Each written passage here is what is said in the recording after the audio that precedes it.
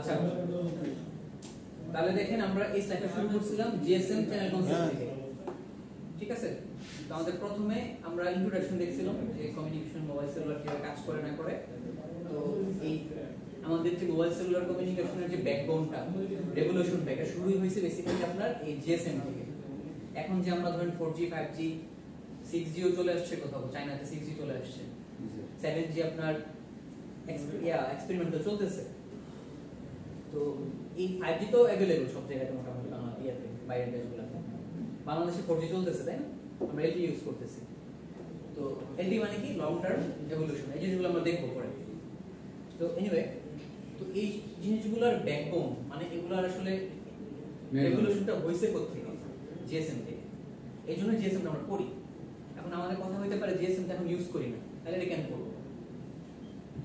দেখেন application base পড়াশোনা মানে এই না যে যেটা আমি অ্যাপ্লিকেশন করতেছি আমি জাস্ট ওটাই দেখি।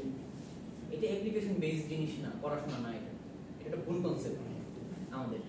আমরা অনেকেই ভাবি এরকম যে যেটা আমি ইউজ করতেছি আমি শুধু সেটাই করব।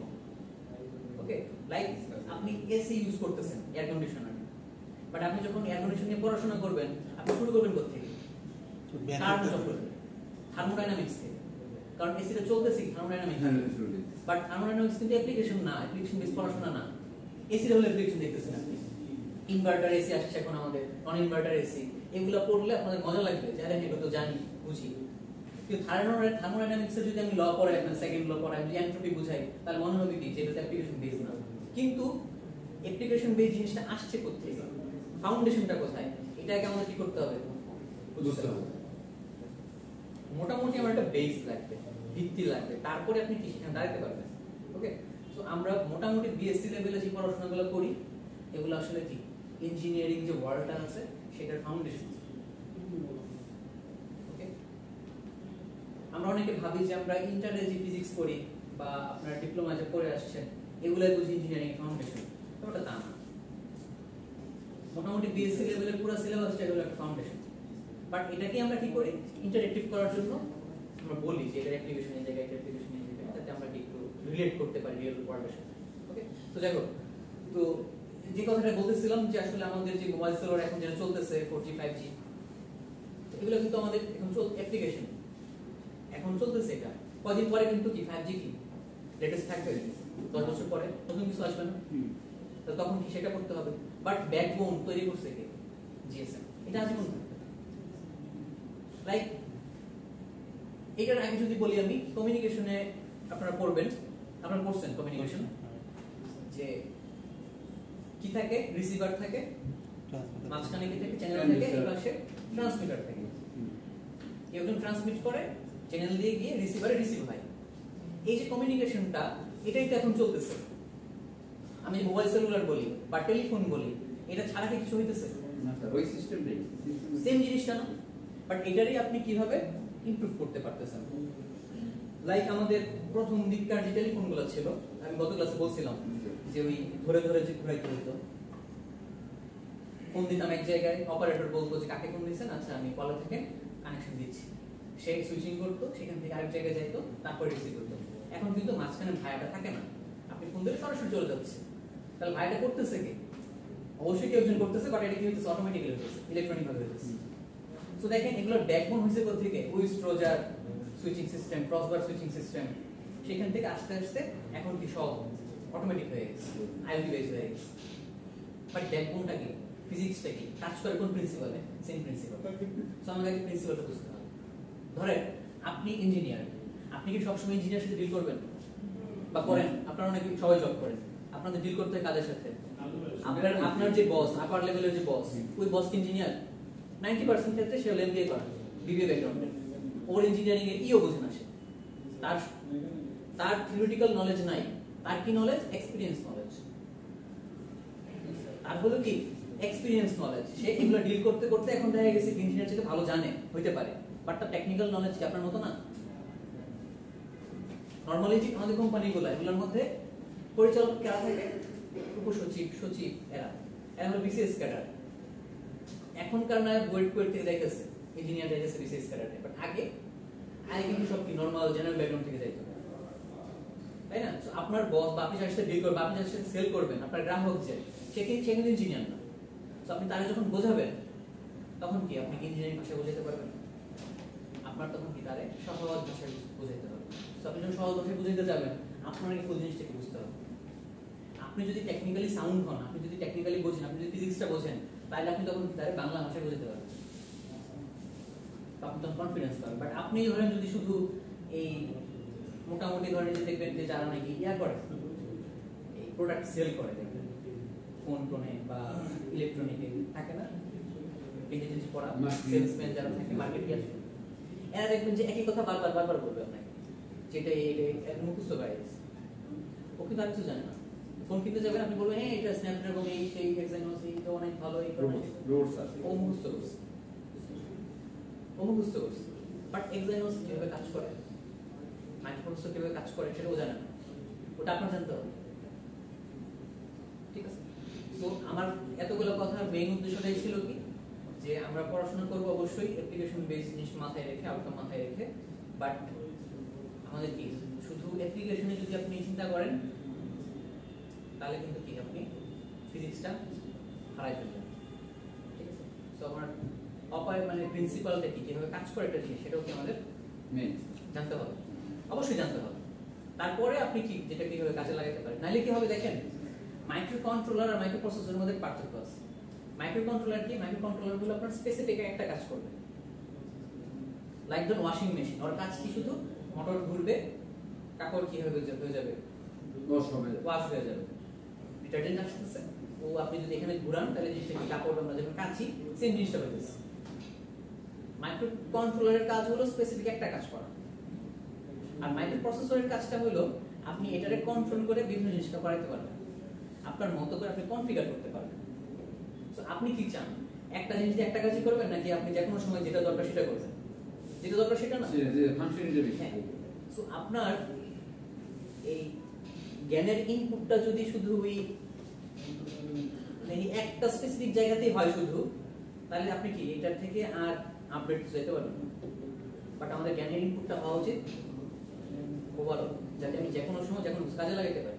এটা কখন পারবেন আপনি, যখন আপনি কি ইঞ্জিনিয়ারিংটা পারবেন, ফিজিক্সটা বুঝবেন। ঠিক আছে? কথা বুঝতে পারছি আমি? ওকে, এবার আসি। তাহলে আমার কথা হলো যে আমরা কেন জিএসএম করতেছি, একটা পুরানো আমলের জিনিস। জিএসএম কিন্তু অনেক আগে, জিএসএম এর পরে আপনার 3G আসছে, 4G আসছে, 5G চলতেছে, বাট আমরা জিএসএম পরে আপনার WSC এটা আসছিল, ওগুলা বাদ দিয়ে আমরা কেন জিএসএম করতেছি, বিকজ দিস দ্য ব্যাকবোন।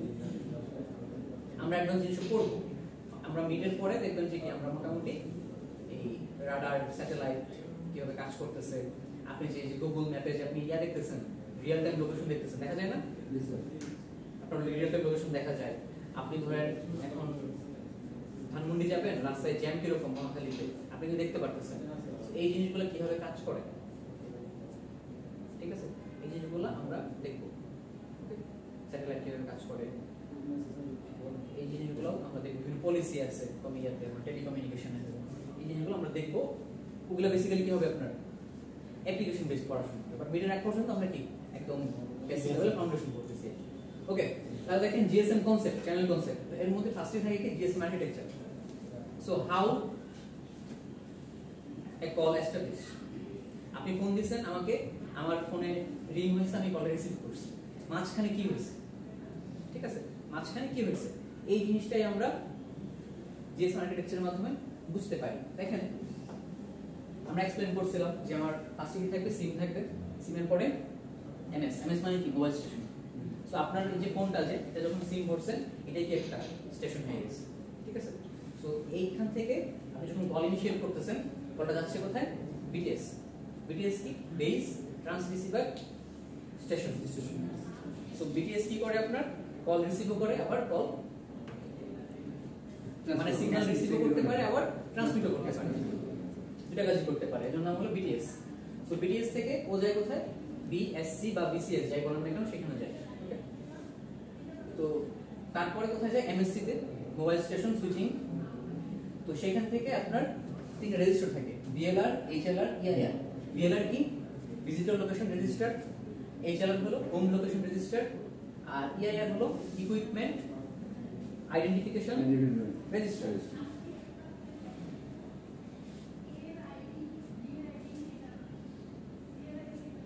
ঠিক আছে, ওকে। তাহলে দেখেন কি হচ্ছে ব্যাপারটা। আপনি যখন কল দিচ্ছেন তখন আপনার কলটা, আপনার যে সিমটা, ধরুন আপনি একজনের ফোন দিয়েছেন, সে কি অবশ্যই কোনো না কোনো বিটিএস এর আন্ডারে আছে। আমরা দেখছি কি আমাদের জিওগ্রাফিক্যাল যে এরিয়াটা আছে সেটাকে আমরা কি সেল সাইটে ভাগ করতে পারি, বিভিন্ন অংশে ভাগ করতেছি, তাই না? আর সেল কারে বলছিলাম, একটা বিটিএস এর কভারেজ এরিয়া হলো একটা সেল। তার মানে আপনি কোন যেখানে থাকেন না কেন আপনি কোনো না কোনো বিটিএস এর আন্ডারে আছেন। আপনি যখন কাউকে ফোন দিয়েছেন তখন এমএসসি কি করে, এমএসসি কাছে যখন কি কলটা আসে তখন সে চেক করে যে আপনার এই কলটা আপনি যারে করছেন সে কোথায় আছে, লোকেশন। সো আপনি যারে কল করছেন, ধরেন আপনি ময়মনসিংহ কল করছেন একজনকে, সে ময়মনসিংহে আছে, তাহলে কি করবে সে ওই এইচএলআর এ গিয়ে হোম লোকেশন রেজিস্টার, সেখানে গিয়ে কি তাকে খুঁজে পাবে কিন্তু, তাই না? বাট আপনি যারে ফোন দিয়েছেন তার ময়মনসিংহ থাকার কথা ছিল, বাট সে আজকে বেড়াইতে গেছে ধর খুলনা, তাহলে এখন সে কোথায় আছে?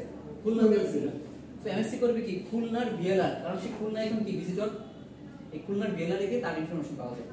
তখন সে কি করবে ওই ভিএলআরটা নিয়ে খুলনাতে কলটা অ্যাক্সেলেরেট করে দেবে। তো সবকিছু কি হইতেছে দেখেন আপনার অটোমেটিক্যালি হইতেছে। আগে এই জিনিসটা হতে কি হবে, ধরেন আপনি ফোন দিয়েছেন এখান থেকে, ফোন দেওয়ার পরে এখানে ধরেন আমি বসে আছি, ওকে, আমি এখানে বসে আছি, আসার পরে আপনি যখন ফোন দিয়েছেন আমাকে যে আপনি মুখের সাথে কথা বলবেন, তো আমি তখন চেক করলাম সে কোথায় আছে, তো আমি দেখলাম সে এখানে আছে, তখন আমি কানেকশনটা এখানে করে দিলাম। যে কাজটা আমি আগে বসে করতাম, এখন এই জিনিসটা কি হয়ে গেছে, অটোমেটিক হয়ে গেছে। তো আর ইআইআর কি, ইআইআর হলো ইকুইপমেন্ট আইডেন্টিফিকেশন রেজিস্টার। তার মানে দেখেন আপনার যে সিমটা আছে, আপনার সিমের একটা নির্দিষ্ট নাম্বার আছে, আপনার সিমের নাম্বার আপনার সাথে মিলবে না, এক একজনের ইউনিক। এবং আপনার সিমটা আপনি যে ফোনে ইনসার্ট করছেন, আপনার এই ফোনের কি আছে নিজস্ব ইএমআই নাম্বার আছে, আইএমআই নাম্বার আছে। সো এই ফোনটা কিন্তু ওই যে নাম্বারটা, ওটা কিন্তু কি এক পিসি, ওই নাম্বারটা দিয়ে আমার এই স্পেসিফিক ফোনটা কিন্তু পাওয়া যাবে। ধরেন আমার এই ফোনটা হলো গিয়ে কোন একটা ফোন, এই ফোনের এই মডেলটা আরো তো অনেক আছে, এই জিনিসগুলো আলাদা করতেছে কে, ইআইআর। এবং এই ইনফরমেশনগুলো কি আছে সবগুলা এই রেজিস্টারে পাওয়া যাবে।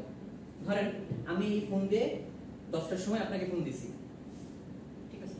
তো আপনার সময় 10টার সময় আমি আপনাকে ফোন দিলাম, এই ফোনটা কোথা থেকে জেনারেট হয়েছে, কে করছে, কোন সিম থেকে করছে, এই সব কিছুই কি আসলে আমি এখানে গেলে পাবো, ওকে।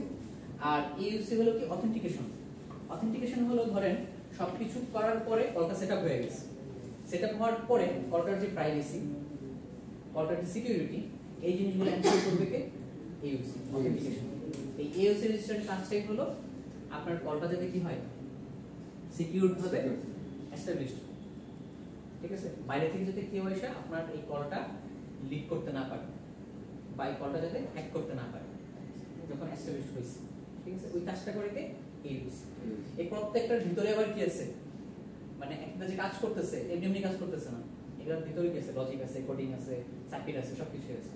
বাট কমিউনিকেশনে আমরা সবসময় কি ব্লক ডায়াগ্রাম দিয়ে দেবেন পড়াশোনা করি কমিউনিকেশন জিনিসগুলো। কারণ কি, কারণ আমাদের টার্গেটটা থাকে, ফোকাসটা থাকে এই কমিউনিকেশন রিলেটেডই রাখতে। আপনি যদি এটার ভিতরে যান তখন কি হয়ে গেল, সার্কিট চলে আসে, ইলেকট্রনিক চলে আসবে, তো আমরা ওতে ডেপথে যাই না কখনো কমিউনিকেশনে। তো আমরা এই গোটা ব্যাপারটা বুঝতে পারছি। সো পরীক্ষায় কোশ্চেন আসতে পারে আপনাদের যে জিএসএম আর্কিটেকচার এক্সপ্লেইন করতে, বা বলতে পারে যে জিএসএম আর্কিটেকচার ড্র করতে, বা বলতে পারে এই যে ধরেন এই যে ভিএলআর, ইআইআর, এইচআর এগুলোর কাজ কি এগুলো বলতে। তো এই টাইপের কোশ্চেন পরীক্ষায় আসবে বা আসে। আচ্ছা, তারপরে দেখেন জিএসএম যখন আমরা করব, যখন ইউজ করি তখন আমরা কি করি, ধরেন আপনার একটা ফ্রিকোয়েন্সি ব্যান্ড আছে, মানে আপনার একটা সিমের মালিক সেটা হলো রবি, ঠিক আছে? এখন রবি কি করে, বেসিক্যালি বিটিসিএল যে আছে, বাংলাদেশ টেলিকমিউনিকেশন কোম্পানি লিমিটেড, এই বিটিসিএল থেকে কি করে ফ্রিকোয়েন্সি ব্যান্ড কিনে, মানে এই ব্যান্ডটা রবি কিনলো। সাপোজ সে ধরেন রবি কি করলো 300 মেগাহার্টজ থেকে 400 মেগাহার্টজ একটু ব্যান্ড কিনছে। এখন রবির সাবস্ক্রাইবার ধরেন আছে 2 কোটি, তাহলে আপনাকে কি করতে হবে, এই ব্যান্ডটুকু দিয়ে 2 কোটি সাবস্ক্রাইবারকে সার্ভিস দিতে হবে। সো আপনি যদি এটাকে শিডিউল না করেন, ভাগ না করেন, কে কখন কোনটা ইউজ করবে যদি আপনি আগে থেকে না বলে দেন, সবাই যদি যার যার মতো ইউজ করে, তাহলে এখানে কি হবে, একটা কমপ্লিট chaos তৈরি হয়ে যাবে, তাই না? ট্রাফিক তৈরি হয়ে যাবে। এজন্য কি করা যায়, এগুলোকে ভাগ ভাগ করা হয়। সো ধরেন এই ফ্রিকোয়েন্সিটাকে যদি আমি ভাগ করি, এরকম ফ্রিকোয়েন্সি, ছোট ছোট ফ্রিকোয়েন্সি ব্যান্ডে করা যেতে পারে না?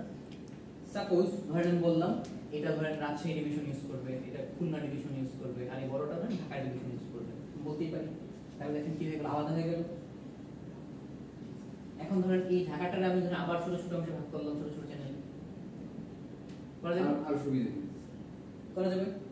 এখন প্রত্যেকটা যে চ্যানেল হলো বা ক্যারিয়ার যে এগুলো যদি ক্যারিয়ার বলেন আপনি, তাহলে প্রত্যেকটা ক্যারিয়ারকে বা ফ্রিকোয়েন্সি চ্যানেলকে আপনি কি করতে পারেন, আরো টাইম স্লটে ভাগ করতে পারেন। যে ধরেন এই 10টার সময় আপনি ইউজ করবেন, 11টার সময় আমি ইউজ করব, তাহলে কি আরো ভাগ হয়ে গেল না? তো প্রত্যেকটা ক্যারিয়ারে কি করা যায়, আবার আপনার টাইম স্লটে ভাগ করা যায়। বা টিডিএম এ ইউজ করি আমরা কি জিএসএম, আর জিএসএম কমিউনিকেশনটা এস্টাবলিশ করি। সো এই টিডিএম টা কি এখন দেখেন সব সময় কি করি আমরা 8টা স্লটে টাইম স্লটে ভাগ করি, একটা ক্যারিয়ারকে 0 থেকে 7 পর্যন্ত। ওকে, এটা আমাদের কাজে লাগবে পরে। আচ্ছা, তাহলে দেখেন এই যে আমি ভাগ করলাম, কয়টা স্লটে ভাগ করলাম, 8টা। এই প্রত্যেকটা স্লট হলো কি আমার একটা ফিজিক্যাল চ্যানেল। সো চ্যানেল নিয়ে কোশ্চেন আসবে আপনাদের। তো চ্যানেল দুই প্রকার, ফিজিক্যাল চ্যানেল আর লজিক্যাল চ্যানেল। ফিজিক্যাল চ্যানেল কোনটা, এই যে ধরেন আপনি ক্যারিয়ারগুলোকে যে করছেন, এই দেখেন there are 8 physical channels per carrier in GSM 0 থেকে 7 পর্যন্ত। সো পার যে ক্যারিয়ার, এগুলো যদি ক্যারিয়ার ধরি আমি, তাহলে পার ক্যারিয়ার কি করতেছি আমি 8টা স্লটে ভাগ করতেছি। এই প্রত্যেকটা কি আমার একটা ফিজিক্যাল চ্যানেল। আর লজিক্যাল চ্যানেল কি জিনিস, ধরেন এটা আমার একটা ফিজিক্যাল চ্যানেল, একটা স্লট।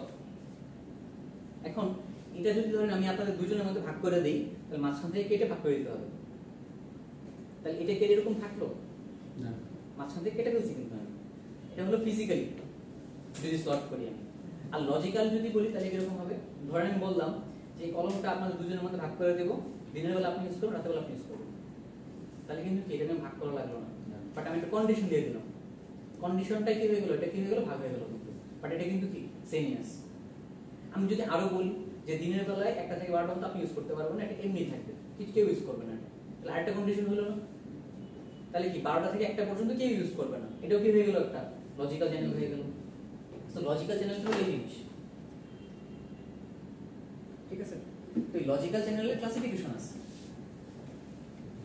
ফিজিক্যাল আর লজিক্যাল, বুঝতে পারছেন? ডিফারেন্স পরীক্ষা আসতে পারে। তো আর ক্লাসিফিকেশন কি, ধর পরীক্ষা যদি কোশ্চেন আসে যে লজিক্যাল চ্যানেলের ক্লাসিফিকেশন কি, মানে আপনি লজিক্যাল চ্যানেলকে কি কয় ভাবে ক্লাসিফাই করতে পারেন, তাহলে এই ডায়াগ্রামটা দিতে পারেন, তাই তো? ওকে, আবার কি বলছিলাম, এখান থেকে শর্ট নোট পরীক্ষা আসে। যেমন আমি যদি আপনাকে বলি যে পিসিএইচ সম্পর্কে একটু বলেন, পিসিএইচ মানে কি, পেজিং চ্যানেল, এটা দিয়ে কি করে একটু লিখবেন। আমি যদি বলি পিসিএইচ সম্পর্কে একটু বলেন, পিসিএইচ কি, ট্রাফিক চ্যানেল। ট্রাফিক চ্যানেল কয় প্রকার, দুই প্রকার, পিসিএইচ ফুল, পিসিএইচ হাফ, ঠিক আছে? সো ফুল আর হাফ কি, আপনার বিট রেট, ঠিক আছে, আপনি কত রেটে আপনি ট্রান্সফার করতেছেন। সো হাফে কি হয়, ফুলের চাইতে অর্ধেকে ডাটা ট্রান্সফার হয়, এটা হলো হাফ ফুল, ঠিক আছে? পিসিএইচ, এজিসিএইচ মানে কি, অ্যাক্সেস গ্র্যান্ট চ্যানেল। ওকে, কারণ আমি আপনাকে ফোন দিয়েছি, সো আপনার কি করতে হবে, অ্যাক্সেসটা গ্র্যান্ট করতে হবে। ধরেন আপনি কার সাথে কথা বলতেছেন কি না, বা ধরেন আপনি কল রিসিভ করবেন কি না। যেমন ধরেন আমি যদি ফ্লাইট মোড অন করে রাখি আমার ফোনে, তাহলে কি আমি আপনার কল দিতে পারবেন আমাকে, কল কাজ হবে, তখন কিন্তু কি হলো, আমার অ্যাক্সেসটা আমি কি করছি, অফ করে রাখছি। বা ধরেন আমি আপনাকে ব্লক করে রাখলাম, আপনার নাম্বারটা আমি ব্লক করে রাখছি, আপনি কিন্তু আমার কি করতে পারবেন না, তখন পারবেন না। এই জিনিসগুলো কিভাবে কন্ট্রোল হয়, এই সব প্রত্যেকটা চ্যানেল দিয়ে আর কি। সো অ্যাক্সেস গ্র্যান্টের কাজ কি, এরকম হবে। আরএসএইচ হলো কি, র্যান্ডম অ্যাক্সেস চ্যানেল। তারপরে আপনার এই প্রত্যেকটারই আপনার কাজ আছে, ঠিক আছে? সো এই লজিক্যাল চ্যানেল তিন প্রকার, ফার্স্টে তিন ভাগে ভাগ করা যায়, ট্রাফিক চ্যানেল, তারপর আপনার কি কন্ট্রোল চ্যানেল, আর এটা হলো cell broadcast channel. Control channel আবার তিন প্রকার, broadcast channel, common control, dedicated control. এই ভাগগুলো একটু দেখাবেন, তাহলে হবে। বুঝতে পারছেন? আচ্ছা, আর শর্ট নোটের জন্য আপনাদের বলছিলাম ইম্পর্টেন্ট কোনগুলো, PCH, AGCH, RSCH, তারপরে আপনার এই স্ট্যান্ডার্ড ডেডিকেটেড কন্ট্রোল চ্যানেল, এই জিনিসগুলো শর্ট নোটের জন্য ইম্পর্টেন্ট।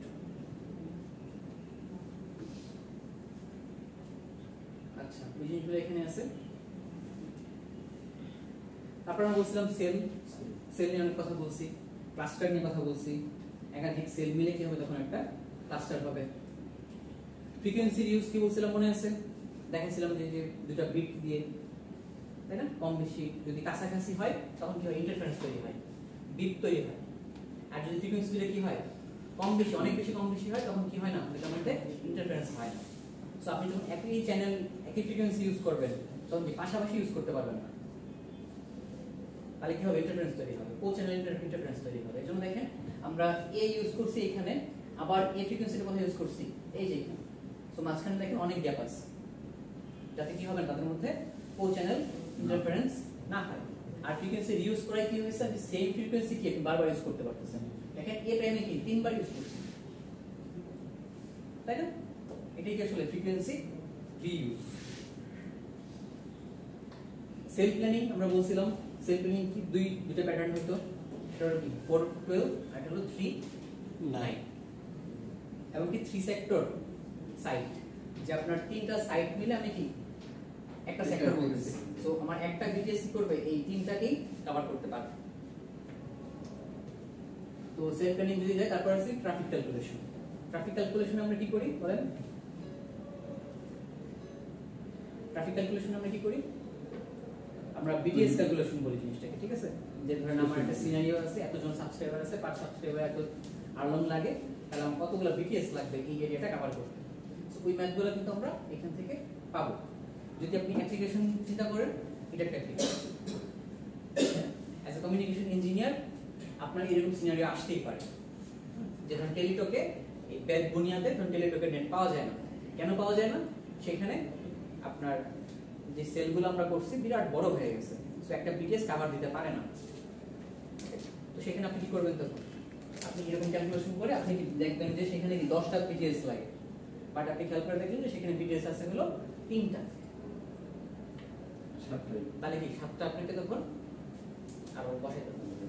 এই জিনিসগুলো কিন্তু সেখানে আমি ম্যাথ দেখাইছিলাম কতদিন, এখন দরকার আছে আবার, আশা করি পারবেন। সো এই ম্যাথটা, যেটা ম্যাথ আছে এই ম্যাথগুলো আপনারা দেখবেন। আর একটা জিনিস হলো যে দেখেন আমার এখানে গস দেয়া আছে 2%, আর আমি ট্রাফিক চ্যানেল অঙ্ক করে বের করছি কয়টা, 14টা। তাহলে 14 টিসিএইচ আর 2% গসের জন্য আপনার কি লাগবে, ট্রাফিকটা লাগবে, কত আর্লন ট্রাফিক। 2% কতটা স্যার? তো সেটা কোথা থেকে পাই আমরা, আর্লন টেবিল থেকে পাই। তাহলে দেখেন এই 2% 14 কত হয়, 8.2। 8.2। সো এই আর্লন টেবিলটা দেয়া থাকতে পারে পরীক্ষায়, বা যদি ধরেন এরকম থাকে যে 2% গস 14 টিসিএইচ এর জন্য কত পাইছেন, 8.2। আবার ধরেন দেয়া আছে 2% গস 21 টিসিএইচ 14.2। মানে এরকম আমি দুইটা ডাটা দিয়ে দিলাম, স্যার কিছু দেইনি, এটা বিটা দেইনি, সমস্যা আছে কোনো? না। আপনি অঙ্ক করে কি বের করছেন, আমরা কি লাগবে, 2% আর 14 লাগবে, তাই না? এই মানটা তো দিয়ে দিলাম আমি কোশ্চেনে। তো টেবিল যদি নাও দিই, এরকম যদি দুটো দিয়ে দিই তাহলে সমস্যা নাই তো? এরকমও পরীক্ষা থাকতে পারে যে আপনার জন্য যেটা লাগবে ওটা দেয়া থাকবে, সাথে ধরুন একটা বেশি দেওয়া থাকবে, যাতে আপনি, আমি যাতে বুঝি যে হ্যাঁ আপনি বুঝতে পারছেন কোনটা একটা লাগবে আপনার। ক্লিয়ার? এই তাহলে আমাদের মোটামুটি সিলেবাস। আর আমরা আগামী দিন আরেকটা টপিক করবো, সেটা হ্যান্ড অফ। ধরেন আপনি মুভমেন্টের মধ্যে আছেন, একটা প্লেস থেকে আরেকটা প্লেসে যাচ্ছেন, ঠিক আছে? তখন আপনার কি হবে, বিটিএস চেঞ্জ হয়ে যাবে। ধর আপনি এখন গুলশান বনানী বিটিএস আন্ডারে আছেন, আপনি বাইরে পরে গুলশান চলে গেছেন, ঠিক আরেকটা বিটিএস, তাহলে এখন কি আপনার কলটা কি হয়ে যাবে, ওই বিটিএস আন্ডারে ট্রান্সফার হয়ে যাবে। এই যে ব্যাপারটা, এটা কি বলি আসলে কি আমরা সহজ বাংলা ভাষায় হ্যান্ড অফ। এই হ্যান্ড অফ, এই হ্যান্ড অফটা আমরা আগামী ক্লাসে দেখব ইনশাআল্লাহ। ঠিক আছে, তাহলে পরিণামে একটা